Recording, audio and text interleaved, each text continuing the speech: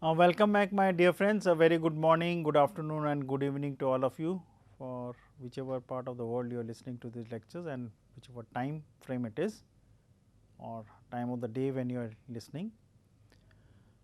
As you know, this is the last class for multi-credited decision making, the course under NPTEL MOOC. It has been spread over 12 weeks with 60 lectures and we are in the 60th lecture. We have covered many different topics in multi-criteria decision making. First part, main chunk was multi-objective, then utility theory, and then non-parametric methods. Then the last one would be an example. This would only give you a feel that how the problems could be solved. If you recap, we have discussed about linear programming, integer programming, quadratic programming, then considered multi-objective cases, a variance of them, utility theory in all its different shades, very simple concept. I did not gone into the proofs. Then you have considered multivariate utility theory, again as I keep saying very briefly, then non-parametric methods, Electra method, epsilon Electra, Topsis, Ficor, HPDA. The last two lectures were in decision tree diagram, and only decision tree diagram, if you remember, I did mention that the diagrams was quite detailed. So, I just covered it using the Word document, not the PPT slides. Obviously, everything will be shared, like for all lectures, all the slides have been shared. Each week you get it, and obviously based on that and the lectures which you hear, you take the assignment, which is 10 questions for each week and then the end sum. So, this is the last lecture of multi-credited decision making, and we will be considering a problem here and different. Without going to the details, I discuss the problem. Details means not going to the detailed solutions. As example in multi-objective decision making, and the background is about portfolio optimization. Even though if we remember, we have discussed problems of choosing a house and apartment in different cities depending on the price, the safety features, the location near to the bus stop or transportation facilities being nearby, how close are the school, how close are the hospitals, how close are the market or the markets, whether it is a gated community, whether your relatives are there, whether your friends are there, what is the price, how many bedroom apartment is there. Then we consider the concept of idea of trying to choose an education institute based on rigor, the placement facilities, the internship facilities, the cost, how far it is from the home and all these things. Then we considered the idea of trying to buy a car depending on safety features, power, cost, maintenance, resale value, luggage space, the style factor, all these things. And there were other different problems also. For production problems were there, the problems of decision tree analysis of trying to build up a factory to sell a product or build up a factory to sell a moped. Here the problem is on from the financial perspective. So, the problem is that you have a you want to formulate a portfolio. Portfolio is a basket of different assets, and we have initially a wealth, the W, to invest is n number of assets. What is needed to be found out is basically the total percentage of the total amount which you can invest in these n number of assets. Now, problem could also have been looked at from the point of view of what is the total quantum of number of assets you are going to buy, or what is the total value of the money you are going to invest in trying to buy those number of assets. The idea remains the same. Why? I will just very briefly mention it. So, consider you have total amount is, say for example, A, and the assets are marked 1 to capital N. So, the numbers you buy in these assets are N 1 to N n. The prices are S1 to Sn, which means W1 till Wn, which is the proportions, would be found out accordingly. Consider A amount has been totally invested in all these assets starting from 1 to n, no amount of money is left, which means W1, which I will mention here, would be equal to N1 into S1 summation of Ni Si, which is equal to A. Similarly, you can find out W2 till W capital N. So, the Wi's are the weights of the proportions of the total wealth invested in the ith asset. V is the variance covariance matrix for the returns for the n asset. What is return? If you remember, we have found out the concept of total return and rate of return. We are taking the rate of return, and we did discuss about the ideas that utility theory, that if the quadratic utility function was applicable, then the rate of return would be normal and vice versa. M is the vector of returns of n assets, n is the number of scrips or assets, we have only considered the scrips. Return star or R star, risk star or sigma square star are the respective predefined values of the return set by the investor from the portfolio, and the second value being predefined value of the risk set by the investor from the portfolio. So, technically R star I will denote, I will use a different color, consider blue. So, I will use R p star is this value of return, and this value of risk would be given by sigma square p star, where p is not probability, p is the portfolio. So, the objective can be either minimize the risk or maximize the return. In that case, it are single objective functions. So, now I combine them. When I combine them, you minimize the risk, maximize the return, subject to conditions being return for that portfolio has to be greater than R star, because that is what the investor wants, and the second constraint being risk being less than equal to sigma square p star. Obviously, that has to be return has to be more than the stipulated value, and risk has to be less than the stipulated value, less than equal to or greater than equal to. Obviously, sum of the weights is 1, weights are between 0 and 1. Here is one important point to remember, people who do finance, remember there is the concept of short selling, in which case weights can be negative also, which we are not considering here. So, here to go into the detail of the nomenclature, n total number of stocks 1 to n, t the time period, y time period is important, I will come to that, wi's are the weights. So, in the vector format it is w1 to wn. Each of these stocks can be invested within a particular bound. The minimum bound is wi min, maximum is wi max. So, if the minimum and the maximum are between 0 and 1, obviously all of the values of wi would be between 0 and 1. If I say the second stock cannot have an investment of more than 30%, in that case W2 max value is 20% or is 0.2. Similarly, if I say the fifth stock cannot have anything less than minimum value is required is 50%, in that case the value of the minimum wi would be for that particular stock would be 0.5.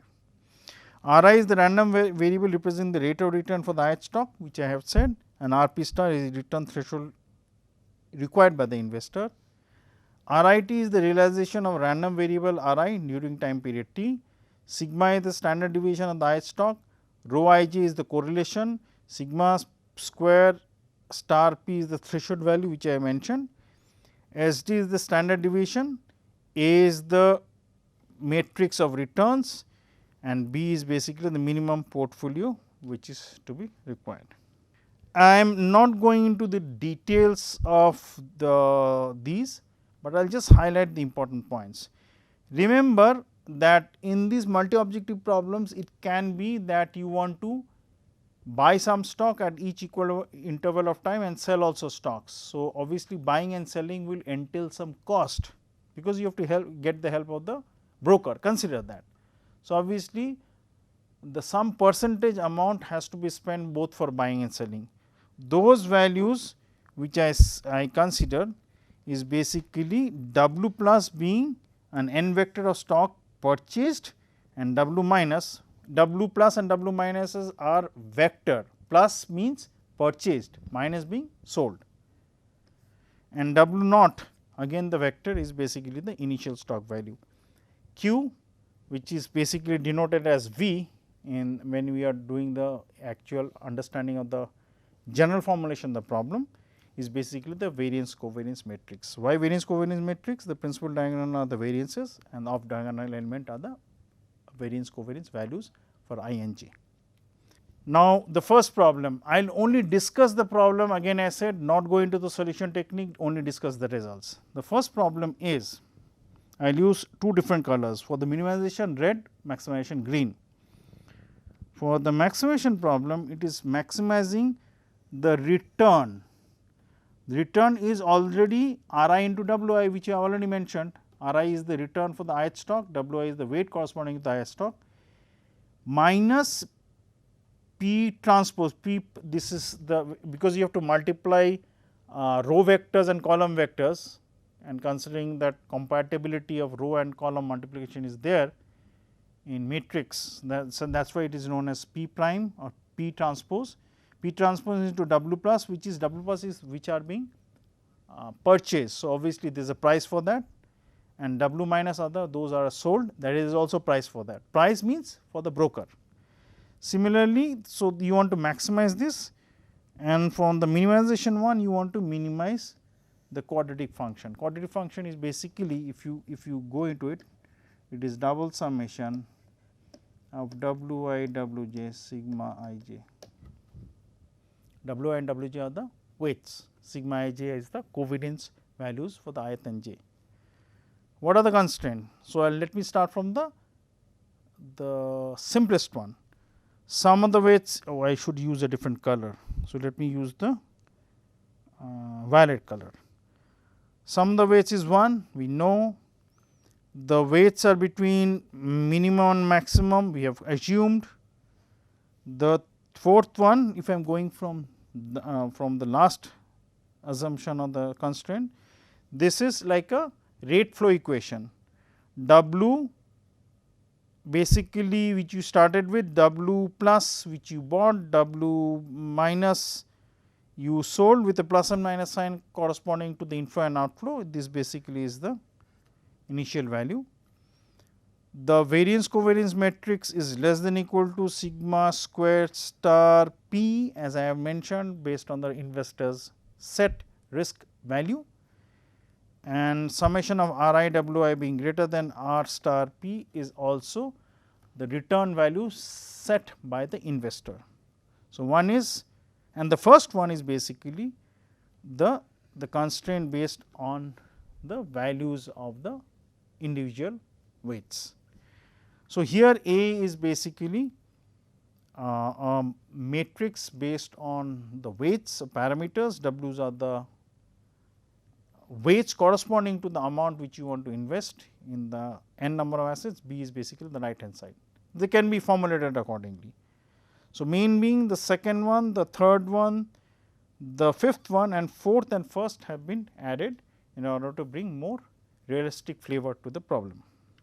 Now, the stocks taken are BSE, DAX, Dow Jones, Hong Kong, STI Singapore for 3-year time period from 2012 to 2015, January of 2012 to 2015 January, and we take windows. Now, if you remember, I mentioned the time frame. So, why we are taking windows is basically to bootstrap. Bootstrap means that when you are tying your laces of the boots, so you basically keep tying them from the lowest level and then tighten up. So, the shoe which you are, or the shoes which you are wearing are really tight around your calf muscles and your ankles.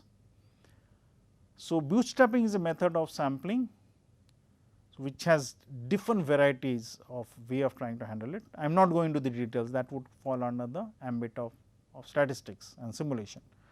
So, in order to do bootstrapping, I consider the total set of length of the time frame for the stocks is 3 years, and I break that into windows. So, this is the total time frame, I use the violet color here, and each length of the window which I take, I will use the blue color,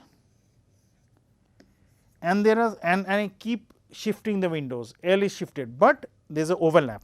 This overlap, depending on the number of days, here I am marking as light blue. So, this O is the overlap, L is the length of the window and total length of time is T. So, generally the length is taken as about 1 week or 2 weeks maximum, and the overlaps are taken to about 3 to 4 days. So, you keep repeating the overlap, and based on the average value what you want to use, the standard deviation of those windows, you find out such number of times of the windows have been formulated and then bootstrap to find out the average values. So, as I said, there is a whole bunch of studies. Here the window size is 150, signifies we have taken in 150 days, which signifies 6 months seasonality in the trend. As I mentioned, it was 7 days or 14 days, here we have taken 150. We repeat 25 number of times and merge it together in order to start the bootstrap. Bootstrap numbers are taken as 500, 1000, 2000, and it can be extended.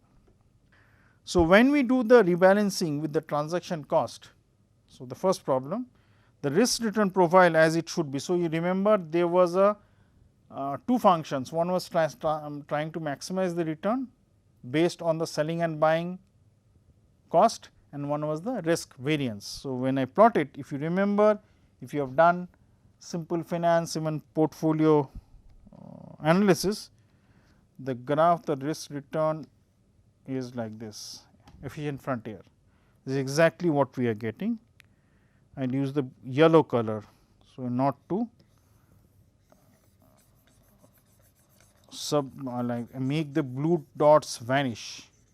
So, this is the set of colors. Obviously, it should be a, if you do more number of series simulation, it will be a smoother curve, but considering the time frame for each simulation, we took number of simulations accordingly, and this is the portfolio risk and return for BSE. If you remember, we had taken Hong Kong, Singapore, Dow Jones accordingly. The rebalancing part based on the weights as they keep changing for whole set of data, this is how the rebalancing is done for the first problem. If you see, I do not have the coloring scheme here, but if you see the dark blue color slowly becomes less and less as you increase the combinations of risk and return, and the yellow one, which is basically would slowly start dominating as you increase the risk and return.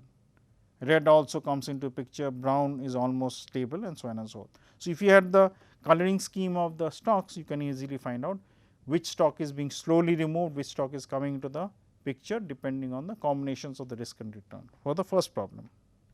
So, if I have the portfolio risk and return for the rebalancing transaction cost. So, this curve which you look, actually if you remember the Pareto optimal frontiers,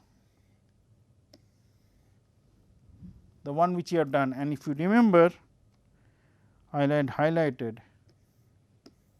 that depending on maximization, I will use 4 different colors, both okay, by the way, this is objective 1, O1 is objective 1, O2 is objective 2, I am trying to plot, this is a 2 dimensional one, it can be done for 3 dimensional and so on and so forth. If both are being maximized, we will try to basically move to the top right hand corner, the first quadrant top.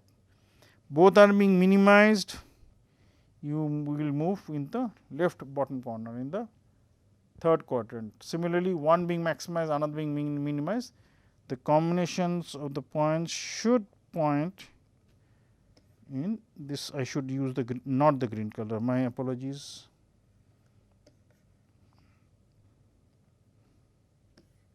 This we have already done. So, you can basically find it out.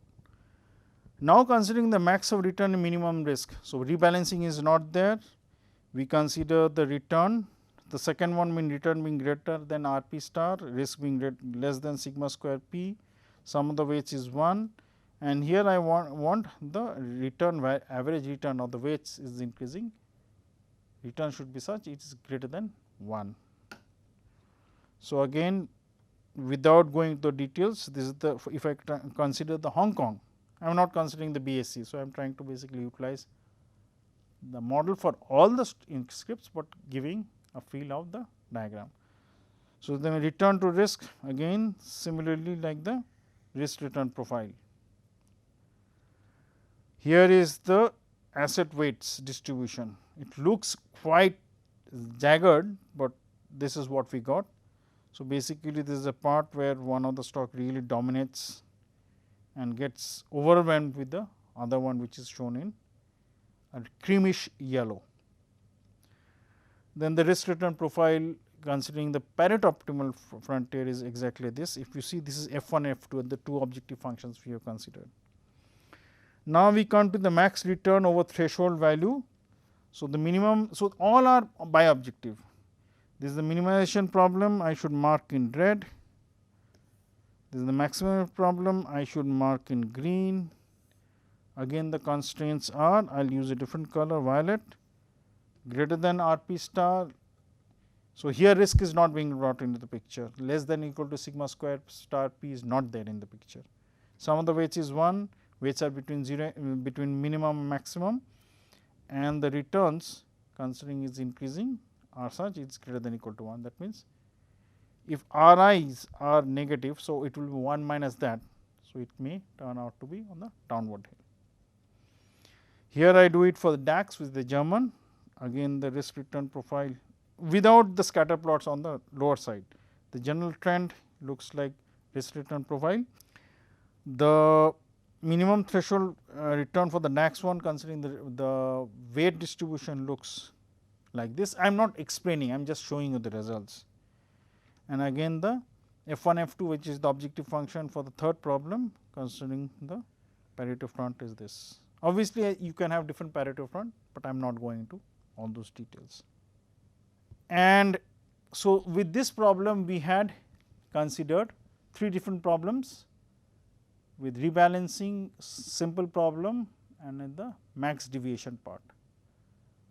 So, in the risk was always the same, the standard deviation square in all the 3 problems, and we used all these stocks using BSC, DAX, Hang Seng, Singapore, Dow Jones, German, and we showed their working for a time frame of 3 years and how we took the overlapping time windows, used bootstrap, the results were shown. The next problem we considered is basically another type of problem where we are going to consider the conditional value at risk and not variance. And here is one of the problem formulation which we have already discussed in multi-objective case. The nomenclature and the variables remains the same. RGI is the loss return, we are taking the loss return. Now, what is the loss return? If you can recollect RI, which is basically the in the numerator you have the return, you have the value of today minus the value of 1 day before divided by the value of 1 day before. So, that can be positive and negative depending on the numerator value. So, return would be the loss distribution will be the case if you take only the negative return, positive return would give you the profit distribution. So, that is why the loss return distribution. RGI the loss distribution for the jth stock for the ith day, R bar GI is the nominal value of the loss return, sigma value, I am not reading the suffix, is the vector of variances, xj's are the weights which was W, n is the number of stocks, t is the time period, alpha, beta 1, beta 2 are the corresponding values for the value at risk, which is a very useful measure in finance, and beta 1, beta 2 are the corresponding constraints probability value we will take. Gamma del L is basically the loss distribution would be for the C var value, and lambda 1, lambda 2 are the weights which will assign to the C var and the RP. If you remember, RP means the return on the portfolio. If you remember, in one of the multi-objective case we did consider lambda 1, lambda 2 and based on that we solved the problem. Considering, so these this nomenclature from 11 to 19 which are shown in slide are based on the problem type solution methodology we take. So, this is considered which is not part of the course, I will just mention the name, is known as robust optimization, I am not going to consider that for further discussion. So, the first problem is here, we minimize 2 objectives, take weights of lambda 1 to C var which is one risk and lambda 2 to return. Now, why there is a minus sign? Because we are minimizing. So, if you maximize it will be plus and minus. So, we are minimizing the risk and obviously trying to consider the return also. The constraints are weights add up to 1, weights are x's, lambda values add up to 1 because there are 2 lambda values. The weights can be between minimum maximum, but here they are unbounded. The first case if I consider, first case means the first constraint if I consider it without the probability, that means beta 1 is not there and second one beta 2 is not there. This means the conditional value of risk is less than some stipulated value, and the second part here which I am highlighting using the red color here is basically for the case when the returns are considered. So, returns were greater than some stipulated value, similarly risk were less than the stipulated value in the first problem. Here risk is conditional value at risk. So, obviously risk has to be less than the stipulated value. So, these are the chance constraint uncertain parameters. So, which I will show, but not discuss in details in the problem. So, these are the chance constraints, the first and the second one where the probabilities are and the uncertain parameters are given. What are the uncertain parameters? Uncertain parameters are the returns because they are dependent on the past data. The data is taken from the Australian, Brazil, France, which is CAC, DAX, Germany, FTSE England, from Canada, Hang Seng, Hong Kong, Argentina, Nikkei, Japan, NSE India, NYSE USA and Singapore. We took it from 2000 to 2010. I am not going to the details, which is total of 2840 days, and the summary statistics and the bootstrapping concept were considered. These are the summary statistics, which means mean, median, standard deviation, kurtosis, skewness, medium, minimum, maximum value for all the different indices. Again the values can be calculated very simply. These are the density plots. These are the extreme value distributions depending of the loss distribution which was considered here. This is for the DAX only. Similarly, you can have the negative distribution, loss distribution for all the other indices, which I have not shown. I am just showing one sample. These are the data description and the QQ plots, theoretical standard normal with the empirical distribution being done, and then again the same concept of shifting window. So, the windows which I am marking in red are L, and the O part which was overlapping, this is considered as blue, which is S. Total time frame is T. Same concept. So, we take 3 window size, 1 day shifting, 2 window size, 1 day shifting, 1 window size, 1 day shifting. Actually, there if you remember, you had taken 150 days. So, it can vary, but generally depending on the problem, we would suggest for finance to be about 2-week window with 3 or 4 days overlapping. This is shifting giving shifts. These are the data statistics for used in model 1 and model 2. Model 1 and model 2 which I have shown based on that for all the different scripts, and these are the 3D scatter plots. Here why 3D? Because if you are looking, you have now C var value which is a risk, var value which is also a risk, and return which I will use a different color green is positive. So, you want to increase return, decrease var and decrease C var. So, if I look at from this direction, so obviously I would be considering from this left hand side. So, consider the room where I am giving the lecture. If somebody is seeing from the left hand side, so and the axis which is coming towards me from your side is x, which is going on to the right is y, and the one which is going top is z. If somebody is looking from the left hand side, obviously it will be x and z being understood, because y you cannot see, is going to the depth from that left hand side. If I am looking from this side, I will be only, I would not be noticing x, I will be noticing y and z and y. Similarly, in different direction as you look, you will have the feel accordingly. So, these are the C var, return and var plots, and I have taken different levels of probabilities which are mentioned on the top. As I said, I will not go into the details. Depending on different values of betas, the values are given accordingly. So, I will just go through it, and they give you a very good feel that how multi-objective case can be analyzed for different problems, but this problem I had solved. So, it is much easier, and with confidence I can share the results here. So, with this I will end the whole set of series of 60 lectures for multi-criteria decision making, and I am sure it would be helpful for many of the students. For any queries, for people who are doing this course, please get in touch with the TAs, and for any queries if you have for further studies or any other details you want to understand, you can most welcome write to me over my email, and you can find my email in my home page. Thank you very much and best of luck to all of you.